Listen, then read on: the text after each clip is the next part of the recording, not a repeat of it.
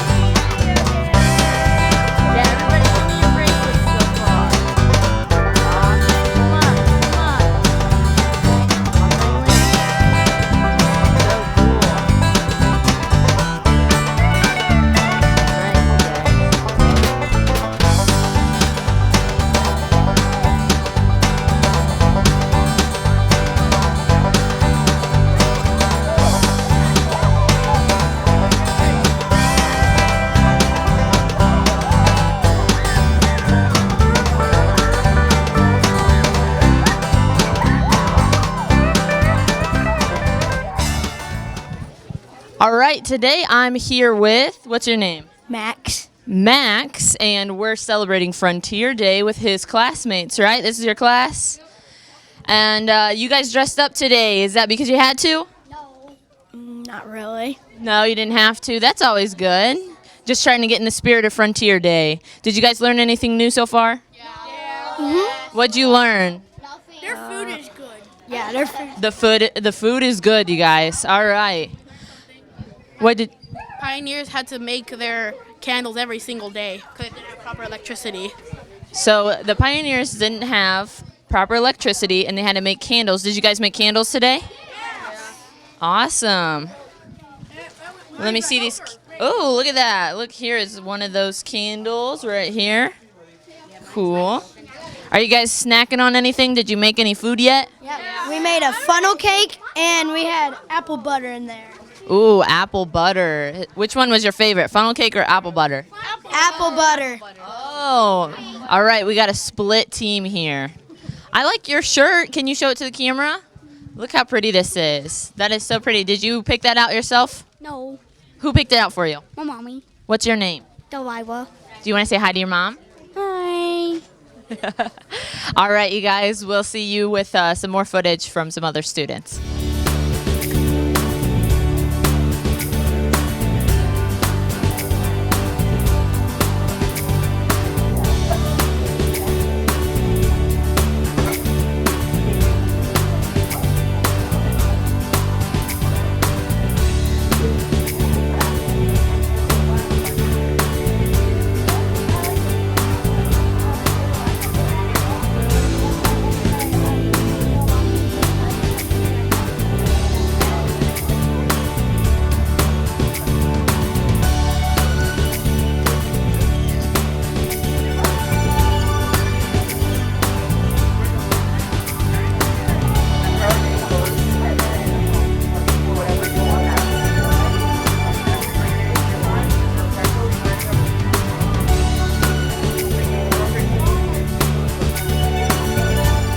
Okay, and I'm here with Mitch. He's one of our SVTs at Tippecanoe Valley High School. Mitch, tell us a little bit about why we're doing Frontier Day.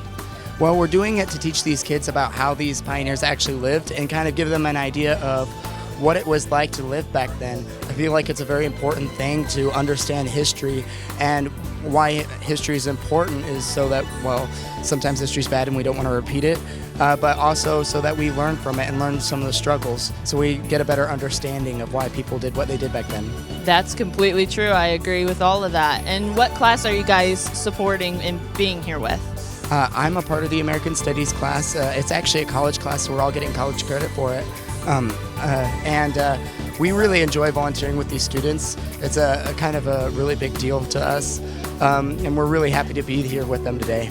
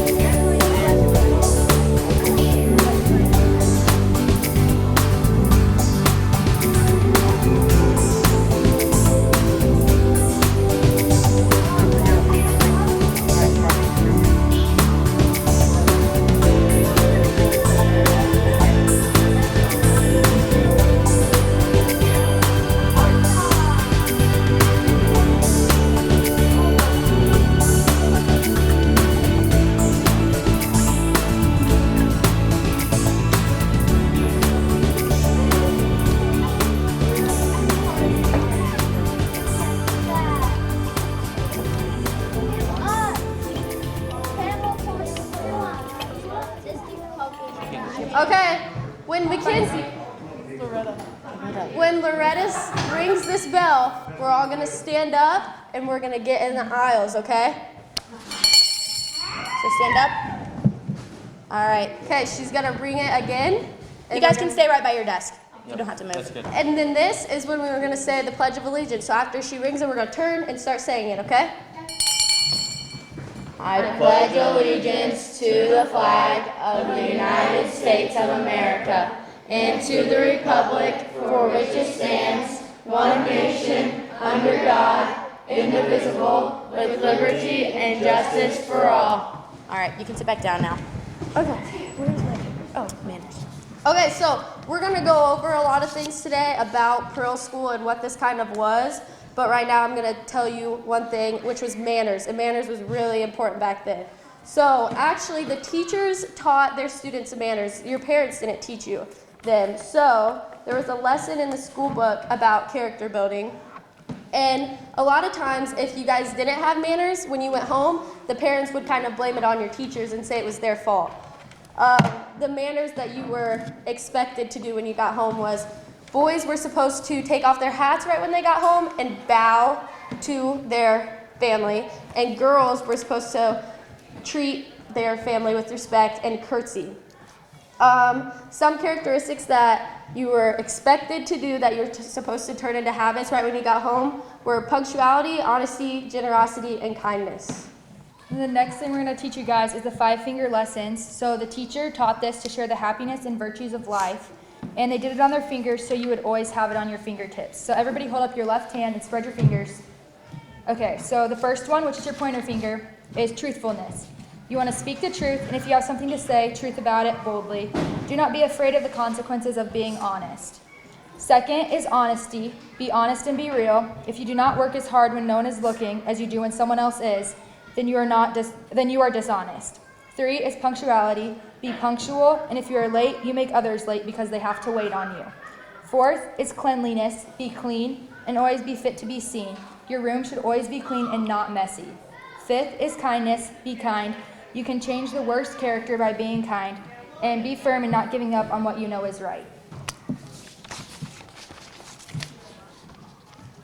Okay, so next we're going to talk about some of the teacher rules. Number 1, teachers each day will fill lamps and clean chimneys. 2, each teacher will bring a bucket of water and a scuttle of coal for their day's session. 3, make your pens carefully. You may whittle nibs to the individual taste of the pupils. 4, men teachers may take one evening each week for courting purposes, or 2 evenings a week if they go to church regularly. 5, after 10 hours in school, teachers may spend the remaining time reading the Bible or other good books. 6, women teachers who marry or engage in unseemly conduct will be dismissed. 7, every teacher should lay aside from each day's pay a godly sum of his earning for his benefit during his declining years so that he will not become a burden on society. 8, any teacher who smokes, uses liquor in any form, frequents pool or public halls, or gets shaved in a barbershop will give good reason to suspect his worth, intention, integrity, and honesty. 9, the teacher who performs his labor faithfully and without fault for 5 years will be given an increase of 25 cents per week in his pay, providing the Board of Education approves. Okay, so that's a lot of teacher rules, but that doesn't really affect you guys. But some rules that would affect you is respecting your classmates. You have to obeying your teacher. You have to obey him and accept the punishments they give you. You can't whine about it or complain about it. And you cannot call out your classmates' names or fight with them. You have to love and help one another. Never make noises or disturb your neighbors as they work. Be silent in class and do not talk unless the teacher calls on you. You cannot leave your seat without permission, and only one student can go to the bathroom at a time. And at the end of class, you have to always wash your hands and your face and your feet if you're barefoot. And you always have to bring firewood into class for the stove, whether your teacher tells you or not, because there's no heat or air conditioning, so you'd have to bring firewood for the stove. And you'd have to go silently in and out of the classroom. And if the teacher calls your name after class, you have to make sure you straighten out the benches and the tables, and sometimes you'll have to sweep the floor or you'll have to dust the classroom. All right, now I'm going to talk about discipline, and discipline was a lot different back then than it is these days. So, have you guys ever heard of a dunce cap? Why not? You have? All right, well, so like, if a kid misbehaved and like didn't do something that she just said, they'd have to wear the dunce cap for a while. And okay, I'm gonna pick one of you, Max. Wear the dunce cap. You're gonna go sit up here and face the flag. Good job, Max. Oh, it's a little big for your head. Is the other one Just put it over his face. okay? There you go, Max. The dunce cap was used for minor infractions like disrupting the teacher or not reciting lessons correctly. And then also, if a kid misbehaved, they'd get lashes, like from a ruler, like they'd hit their wrist. For disrupting the class, you'd get 3 lashes. For being late, you get 4 lashes. For boys and girls playing together, you get 4 lashes. For sassing the teacher, you get 6 lashes. For telling lies, you get 7 lashes. For swearing, you get 8 lashes. For misbehaving to girls, you get 10 lashes. And for playing with cards during recess, you get 10 lashes. Yeah, and those are like the disciplinary Max, actions. you can go back to your seat now.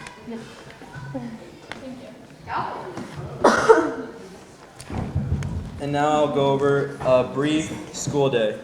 So the first class you would have, it would be reading and writing. And the students were divided into 4 groups and 2 grades.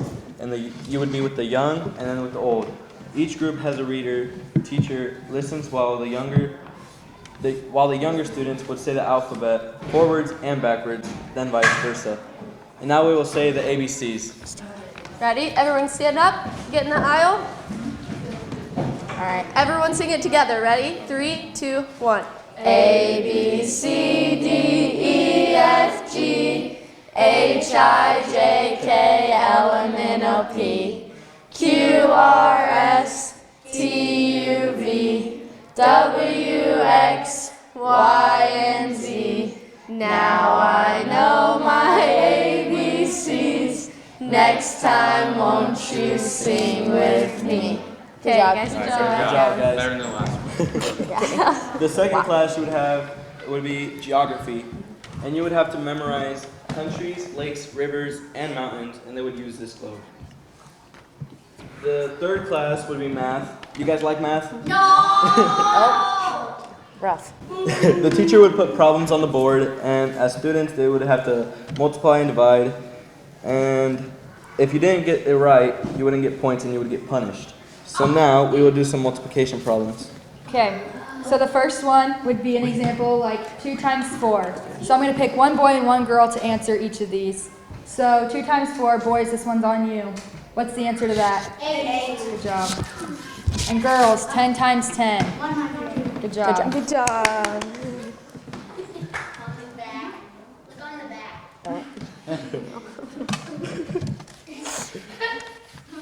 After math, you would have recess. You guys like recess? Yeah! Well, in the Prill school, you would only have a 10-minute recess. Yep. And when going out to recess, you were able to drink out of a bucket.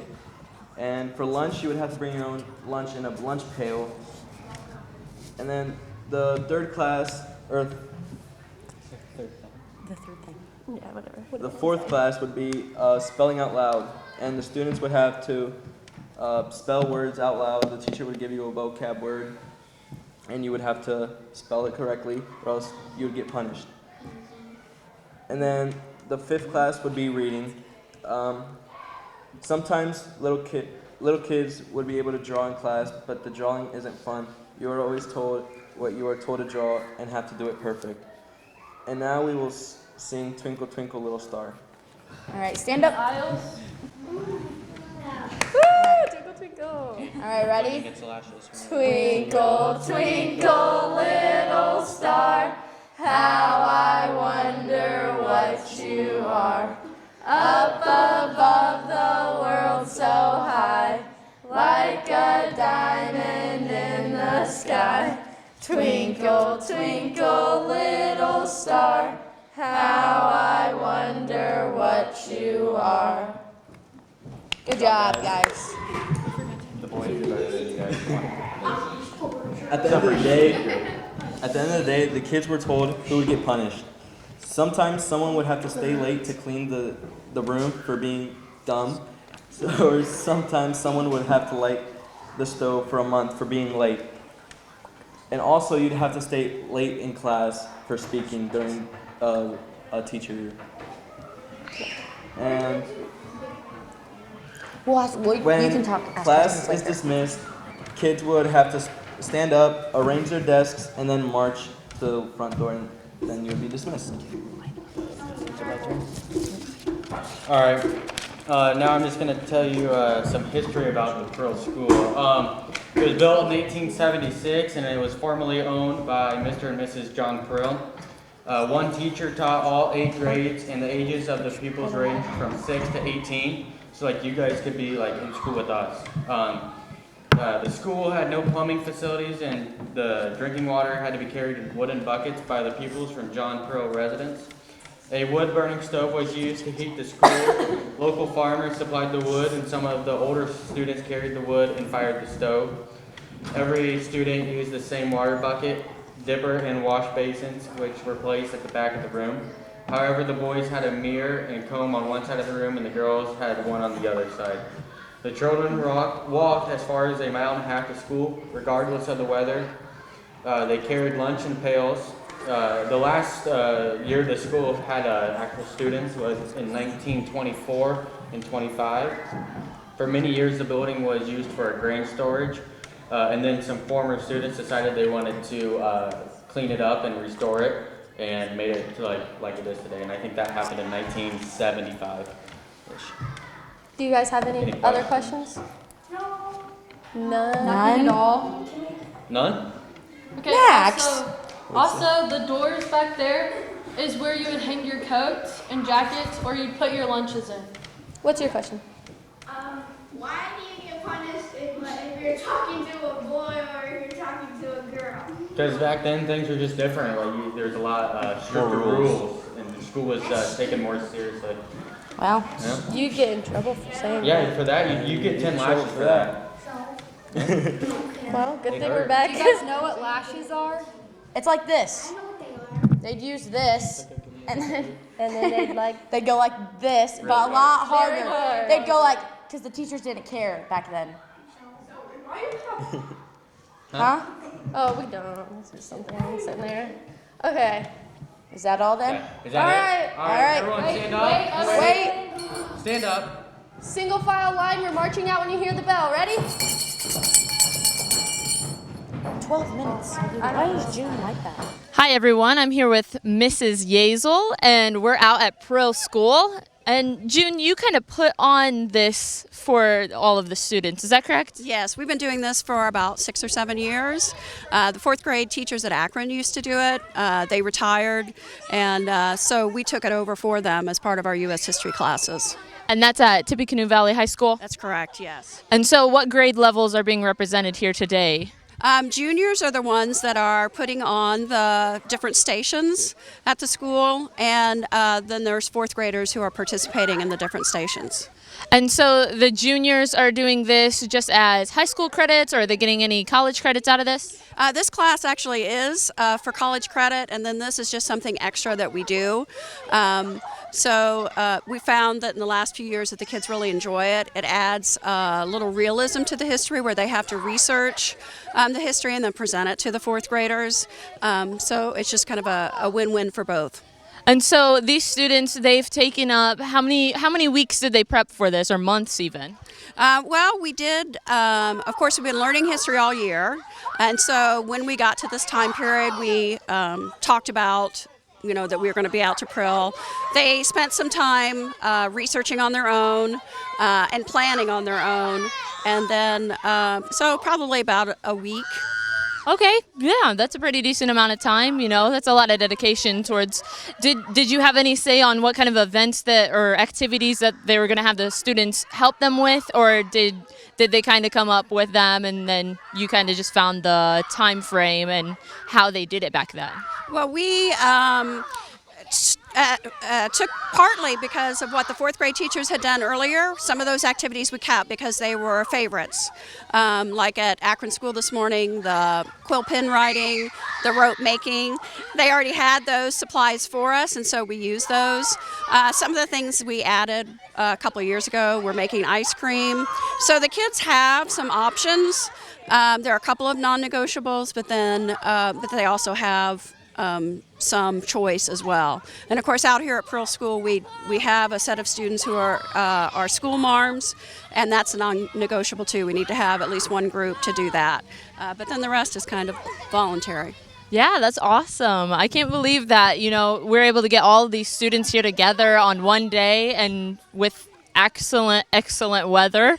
So thank goodness, we've had a few of those rainy days recently. Right, yes. We're happy about that as well. Yeah. Thankfully, we're here today at Prill School, and we're seeing all the activities that these students and kids are able to accomplish and do.